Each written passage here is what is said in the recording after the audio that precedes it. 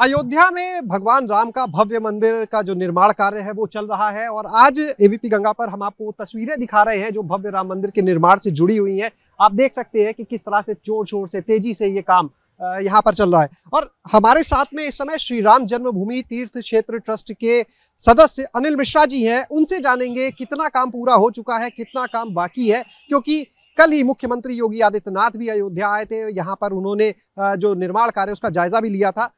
अनिल जी, कितना काम हो चुका, अभी क्या काम बाकी है? प्लिंथ जिसको 21.5 फुट बनना है, जो कर्नाटक ग्रेनाइट स्टोन से बनाई जा रही है, उसका निर्माण कार्य चल रहा है। नींव का काम पूरा हो चुका है। इसमें 5वीं लेयर प्रगति पर है। 5वीं लेयर पूरी होने के साथ ही अन्य 2 लेयर और काम पूरा होना है, लेकिन 5वीं लेयर पूरा होने के बाद ही अगले महीने से संभावना है कि हम जब उसका क्षेत्र पूरा हो जाएगा तो बंसी पहाड़पुर के पत्थरों को लगाने का काम भी प्रारंभ करेंगे। जैसे गर्भगृह में 5वीं लेयर बनी है, उसी अनुसार आगे की तरफ पत्थरों के लगने का काम चल रहा है, आगे बढ़ रहा है। देख रहे हैं आप, पत्थरों की पर्याप्त मात्रा हमारे पास पड़ी हुई है और वो सारे पत्थर यथा समय इसमें लगाए जा रहे हैं। विश्वास के अनुसार समय सीमा में ये पत्थर लग करके तैयार हो जाएंगे। गर्भगृह का निर्माण भी प्रारंभ हो जाएगा। कुल कितनी लेयर सर तैयार होनी है? 7 लेयर बननी है। 5वीं लेयर का काम प्रगति पर है। मुख्यमंत्री जी भी आए थे, कल आप लोग थे, तो यहाँ पर जब उन्होंने जानकारी ली, कुछ निर्देश दिए, क्या रही खास चीजें? मुख्यमंत्री जी ने निर्माण की प्रगति देखकर बहुत प्रसन्नता व्यक्त की। स्वयं गर्भगृह के पास तक गए, उन्होंने उसको दर्शन किया और बहुत अप्रिशिएट करते हुए उन्होंने कहा कि हमारे मंदिर के निर्माण का काम ठीक दिशा में प्रगति कर रहा है। निश्चित रूप से विश्वास पूर्वक कहा जा सकता है कि समय सीमा में हम भगवान को प्रतिष्ठित कर लेंगे। सर, हम चाहेंगे आप हमारे साथ चले। पत्थर बड़े बड़े जो रखे हुए हमें ये दिख रहे हैं, इनके बारे में थोड़ी जानकारी भी दें आप। हाँ, ये जो पत्थर आपको दिखाई पड़ रहे हैं, ये कर्नाटक ग्रेनाइट स्टोन है। यही पत्थर वहाँ फिट किए जा रहे हैं। उधर से आप देख रहे हैं ऊंचा हिस्सा जहाँ ध्वज लगा हुआ, पताका लगी हुई है, वो गर्भगृह का स्थान है। वहाँ से ये पत्थर आगे लगता हुआ बढ़ रहा है। आपको यहाँ तक दिखाई पड़ रहा है, लग चुका है। इसी अनुसार आगे लगता हुआ यहाँ तक आएगा, सिंहद्वार तक, जहाँ से प्रवेश होगा दर्शनार्थियों का। उस गर्भगृह का 5 लेयर पूरा हो गया है, उसको आगे बढ़ा रहे हैं। जैसे उसका क्षेत्रफल पूरा होगा, हम आगे का निर्माण कार्य प्रारंभ कर लेंगे। मुख्यमंत्री ने कहा बस 1 साल का इंतजार और उसके बाद दर्शन होंगे और प्रभु राम विराजमान होंगे। तो क्या 1 साल में सारा काम लगता है पूरा हो जाएगा? 1 साल में हम गर्भगृह के निर्माण का काम पूरा करके भगवान को विराजित करेंगे। मंदिर के निर्माण का काम तो आगे प्रगति करता ही रहेगा। बहुत काम है, परकोटा बनना है, मंदिर की दूसरी मंजिलें पूरी होनी है, रास्ते बनने हैं, इसको भव्यता दिव्यता प्रदान करनी है। लेकिन गर्भगृह में भगवान को स्थापित करना, दर्शन मिलना शुरू हो जाए, ये हमारी प्रयत्न है और ये दिसंबर तक हम पूरा कर लेंगे, ये विश्वास है। जो गर्भगृह होगा उसपे जो अभी मंदिर में विराजमान है प्रतिमा रामलला की, उसी को यहाँ पर किया जाएगा शिफ्ट, या यहाँ अलग प्रतिमा होगी? नहीं, जो अब मंदिर बड़ा बन रहा है, गर्भगृह बड़ा होगा, दूर से दर्शनार्थियों को दर्शन मिले, इसलिए एक और प्रतिमा जिसकी लंबाई ऊंचाई अच्छी होगी, उसके अनुसार के लोगों को दूर से ही दिखाई पड़ जाए, एक और प्रतिमा वहाँ स्थापित की जाएगी। कोई प्रतिमा बनती है, स्थापित होती है, उसकी प्राण प्रतिष्ठा भी होती है। जो आज वर्तमान में भगवान रामलला की मूर्ति है, वो यथावत वहाँ रहेगी। हमारे साथ में इस समय श्री राम जन्मभूमि तीर्थ ट्रस्ट के महासचिव चंपत राय जी हैं। चंपत जी, काफी अब तो निर्माण कार्य दिखने लगा है, जो कहा जा रहा है कि अगले 1 साल में गर्भगृह का काम पूर्ण हो जाएगा, तो क्या उम्मीद करें, कितना काम हो गया, कितना बाकी? ऐसा मान लो कि 29 से 30% काम हो गया और ये मंदिर के निर्माण को शुरू करने के पहले का तीसरा चरण हो रहा है।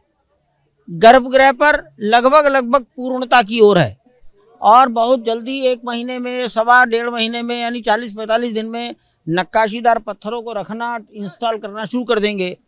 शेष काम साथ साथ साइमल्टेनियस चलने वाले काम है, चलते रहेंगे।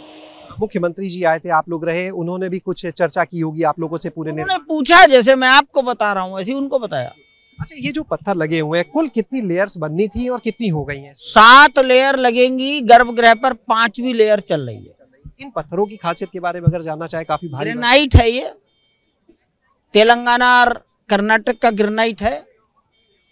इससे कोई ज्यादा मजबूत पत्थर हो ही नहीं सकता। और यानी भविष्य को ध्यान में रख करके कोई भी चाहे आपदा की भविष्य को ही ध्यान में रखकर हो रहे हैं। और 1000 साल की आयु कैसे हम प्राप्त करेंगे, इसके बारे में 4 लोगों की सहमति से काम हो रहा है। देखिए यहाँ पर क्योंकि प्रतिमा विराजमान है, क्या उसी प्रतिमा को यहाँ लाएंगे या अलग प्रतिमा? इस बात को कम से कम आप लोग तो समझ नहीं सकते, थोड़ी समझाने की कोशिश की तो जिसने समझा वो मेरे से ज्यादा समझदार था, उसको मैं क्या करूं। एक बार आप हमारे माध्यम से नहीं नहीं नहीं नहीं, जो लोग भी जानना चाहते हैं, हम खुद भी जानना चाहते हैं। अयोध्या में आलोचक भी मंदिर की व्यवस्था जानते हैं। आलोचना एक आदत होती है,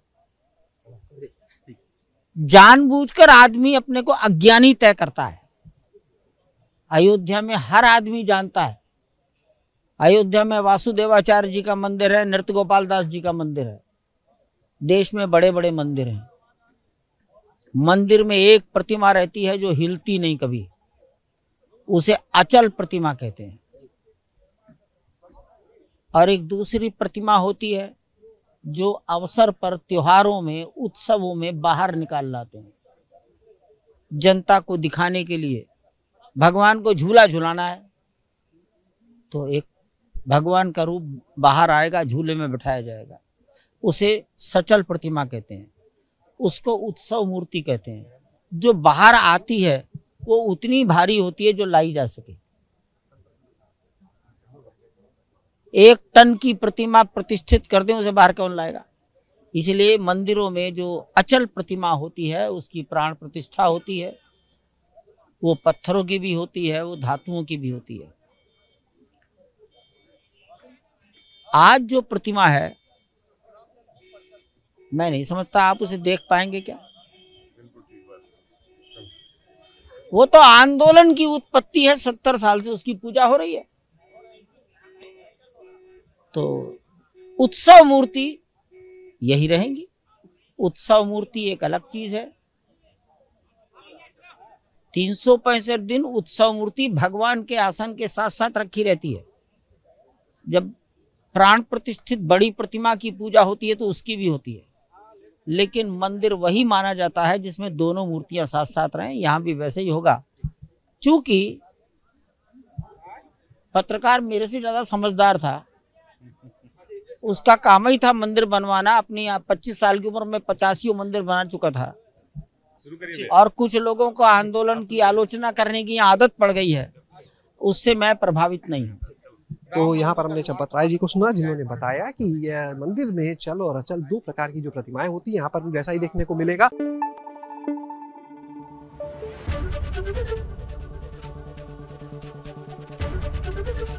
एबीपी गंगा, खबर आपकी, जुबान आपकी।